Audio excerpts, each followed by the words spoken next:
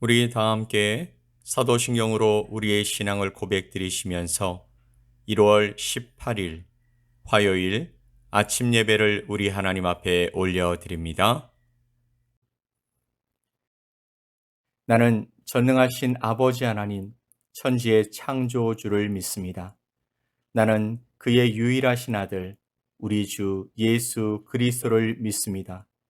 그는 성령으로 잉태되어 동정녀 마리아에게서 나시고 본디오 빌라도에게 고난을 받아 십자가에 못 박혀 죽으시고 장사된 지 사흘 만에 죽은 자 가운데서 다시 살아나셨으며 하늘에 오르시어 전능하신 아버지 하나님 우편에 앉아 계시다가 거기로부터 살아있는 자와 죽은 자를 심판하러 오십니다. 나는 성령을 믿으며 거룩한 공교회와 성도의 교제와 죄를 용서받는 것과 몸의 부활과 영생을 믿습니다. 아멘.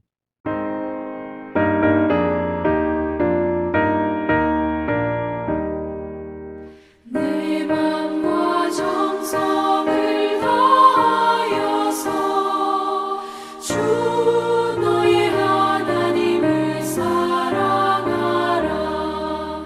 내 몸을 아끼고 사랑하듯 형제와 이웃을 사랑하라. 주께서 우리에게 명하시니 그 명령 따라서 살아가리. 널 미워 해치는 원수라도 언제나 너그럽게 살아가라.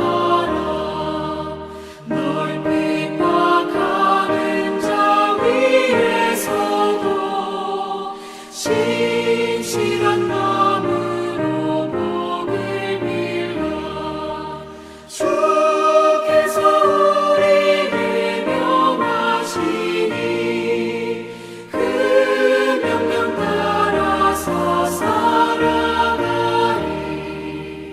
나 항상 주님을 멀리하고 형제를 사랑하지 못하였다. 이러한 죄인을 사랑하사 주께서 몸 버려 죽으셨다.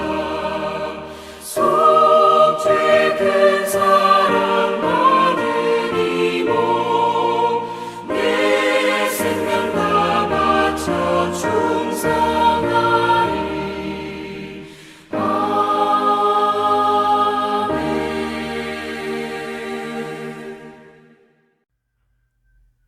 오늘 함께 보실 하나님의 말씀은 사도행전 4장 32절로 37절 말씀입니다. 사도행전 4장 32절로 37절 말씀을 우리 함께 보겠습니다.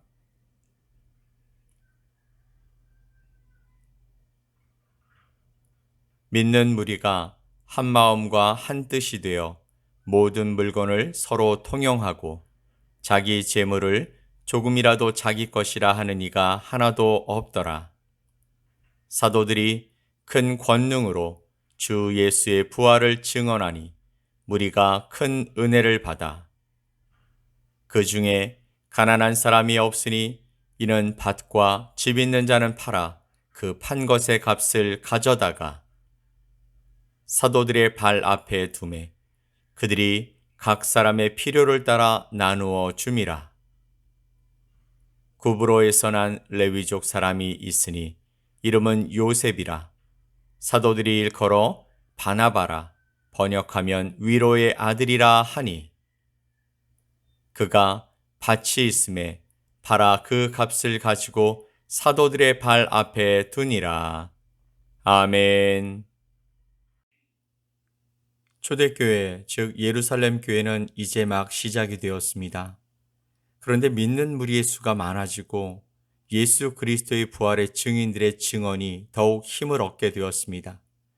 베드로와 요한을 중심으로 한 12명의 제자들, 그리고 마가 요한의 다락방에서 시작된 120명의 기도의 용사들과 회개하고 돌아선 거룩한 백성들의 무리로 교회를 이루게 되면서 당면한 문제 중 하나가 나눔이었는데, 초대교회는 이 부분에 있어 놀라운 결단들이 있었습니다. 사실 오늘의 기사는 매우 놀라운 과정과 결과를 나타내 보여줍니다.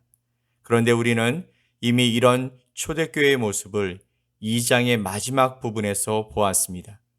2장 44절로 47절 말씀을 보면, 믿는 사람이 다 함께 있어 모든 물건을 서로 통용하고 또 재산과 소유를 팔아 각 사람의 필요를 따라 나눠주며 날마다 마음을 같이하여 성전에 모이기를 힘쓰고 집에서 떡을 떼며 기쁨과 순전한 마음으로 음식을 먹고 하나님을 찬미하며 또 온 백성에게 칭송을 받으니 주께서 구원받는 사람을 날마다 더하게 하시니라. 아멘. 그리고 오늘 본문 32절 말씀은 믿는 무리가 한 마음과 한 뜻이 되었다라고 기록하고 있습니다. 여기서 한 마음과 한 뜻이 될 수 있었던 것은 믿는 무리에게 성령의 역사가 있었기 때문입니다. 그래서 그들의 마음속에는 부활하신 주님의 증인으로서 또한 다시 오실 주님을 고대하면서 거룩한 공동체를 이루게 된 것입니다. 이처럼 내적으로 한 마음과 한 뜻으로 결합된 공동체에게 이제 외적으로 드러나는 표징이 있었으니 그것이 바로 나눔이었던 것입니다. 즉, 그들은 모든 물건을 서로 통용하고 자기 재물을 자기 것이라 하는 이가 하나도 없었던 것이죠. 34절로 35절 말씀을 보면, 그 중에 가난한 사람이 없으니 이는 밭과 집 있는 자는 팔아 그 판 것의 값을 가져다가 사도들의 발 앞에 두매 그들이 각 사람의 필요를 따라 나누어 줌이라. 아멘. 예루살렘 교회 또 초대교회의 공동체는 이처럼 놀랍게 시작했습니다. 그래서 생각해 보면 음식을 먹을 때도 각자 자기 집에서 만든 것들을 모두 가지고 나와서 함께 나눠 먹었을 것이고, 은혜에 감사해서 너도 나도 자신의 것을 내놓고 나누는 것이 일상이 되어 하나님의 은혜와 사랑을 체험하며 살아가는 놀라운 공동체가 되었을 것 같습니다. 그런데 이렇게 될 수 있었던 이유를 33절에서 밝히고 있습니다. 사도들이 큰 권능으로 주 예수의 부활을 증언하니 무리가 큰 은혜를 받아. 아멘. 사도들이 큰 권능으로 주 예수 그리스도의 부활을 증언하니까 무리가 큰 은혜를 받았다라고 말씀하십니다. 이미 그 복음 증거에 대한 경고를 받았고, 그래서 위험을 감수하면서 복음을 전하니 얼마나 은혜가 컸을까요? 그러자 무리들이 자발적으로 헌금하고 그것을 나누면서 상상할 수 없는 일들이 일어나게 되더라는 것입니다. 이와 같은 일의 결과로 드러난 것이 바로 34절과 35절 말씀이죠. 나눔의 결과, 그 중에 가난한 사람이 없었다라고 말씀하시는 것입니다. 어떻게 이런 일이 가능했을까요? 베드로의 설교로 3,000명이 돌아왔고, 공회에 잡히기 전 말씀을 전했을 때 남자만 5,000명이 믿었다라고 4장 4절에 기록하고 있습니다. 그러니 예루살렘 교회의 수가 얼마나 큰 것인지 가늠해 볼 수 있는 것이죠. 그런데도 성경은 이 나눔의 결과를 그 중에 가난한 사람이 없었다라고 말씀하시는 것은 놀라운 일이 아닐 수 없는 것입니다. 전에 예수님께서 물고기 2마리와 보리떡 5개를 가지고 5,000명을 먹이신 사건은 예수님이 직접 하신 것이었지만 지금은 예수님을 믿는 백성들로 말미암은 것입니다. 그러니 더 대단한 일이 아닐 수 없습니다. 어떻게 이런 일이 일어났을까요?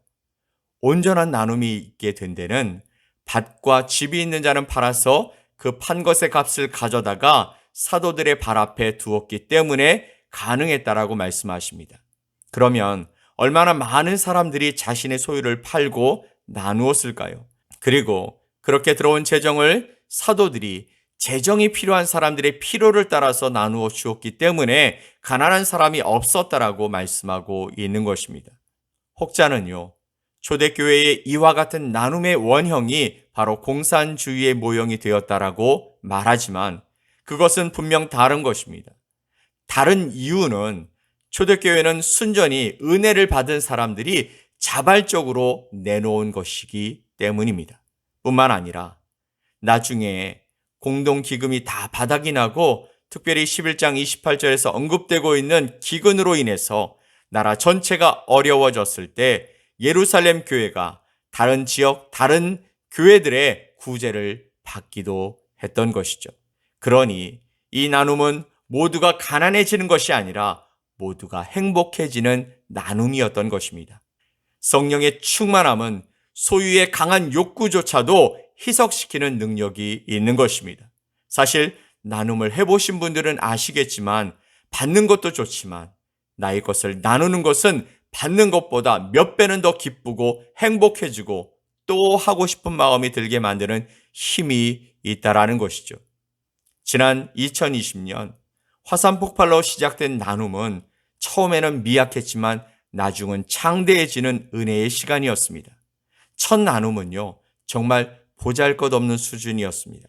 저희 교회가 할 수 있는 작은 나눔이었습니다.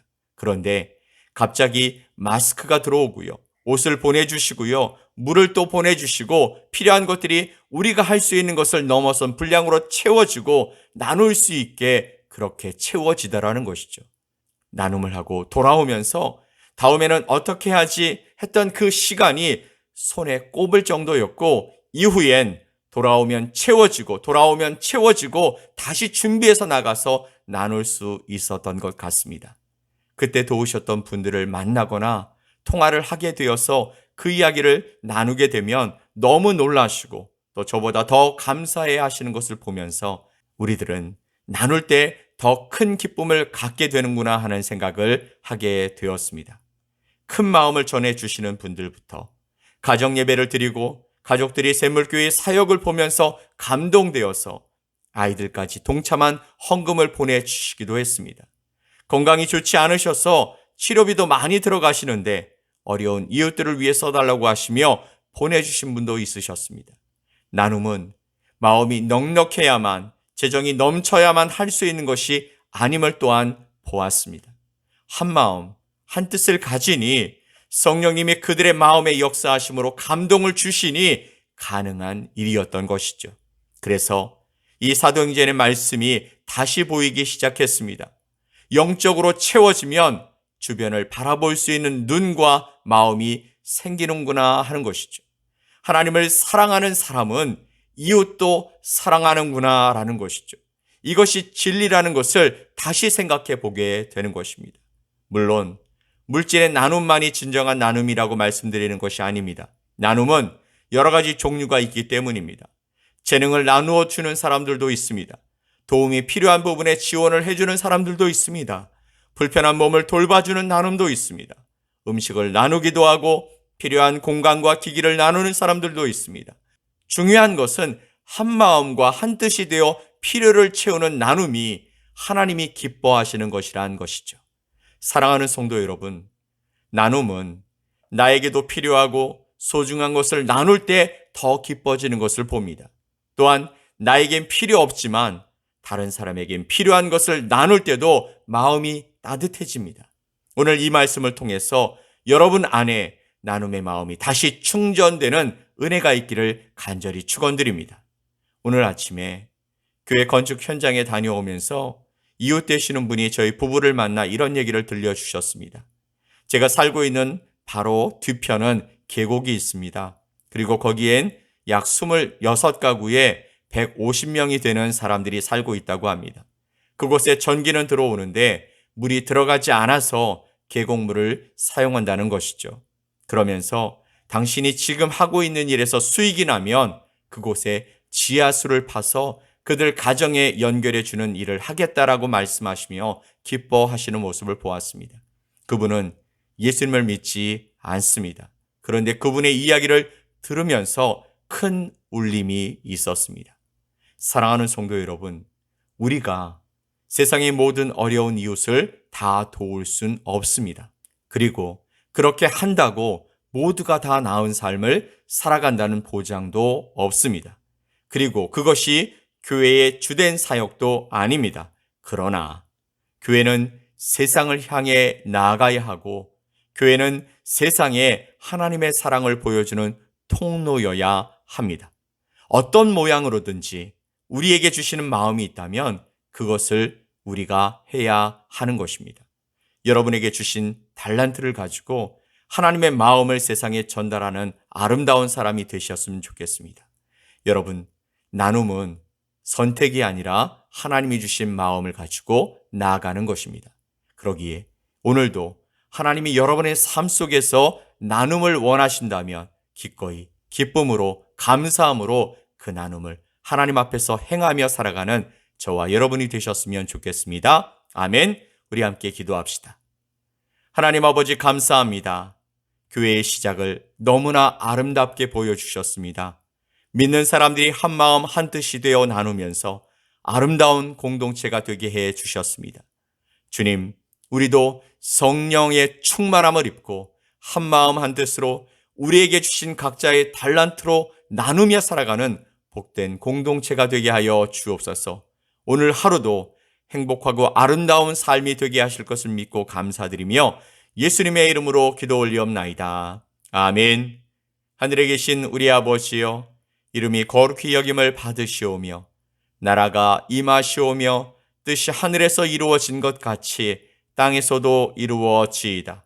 오늘 우리에게 일용할 양식을 주시옵고 우리가 우리에게 죄 지은 자를 사하여 준 것 같이 우리 죄를 사하여 주시옵고 우리를 시험에 들게 하지 마시옵고 다만 악에서 구하시옵소서. 나라와 권세와 영광이 아버지께 영원히 싸움나이다. 아멘.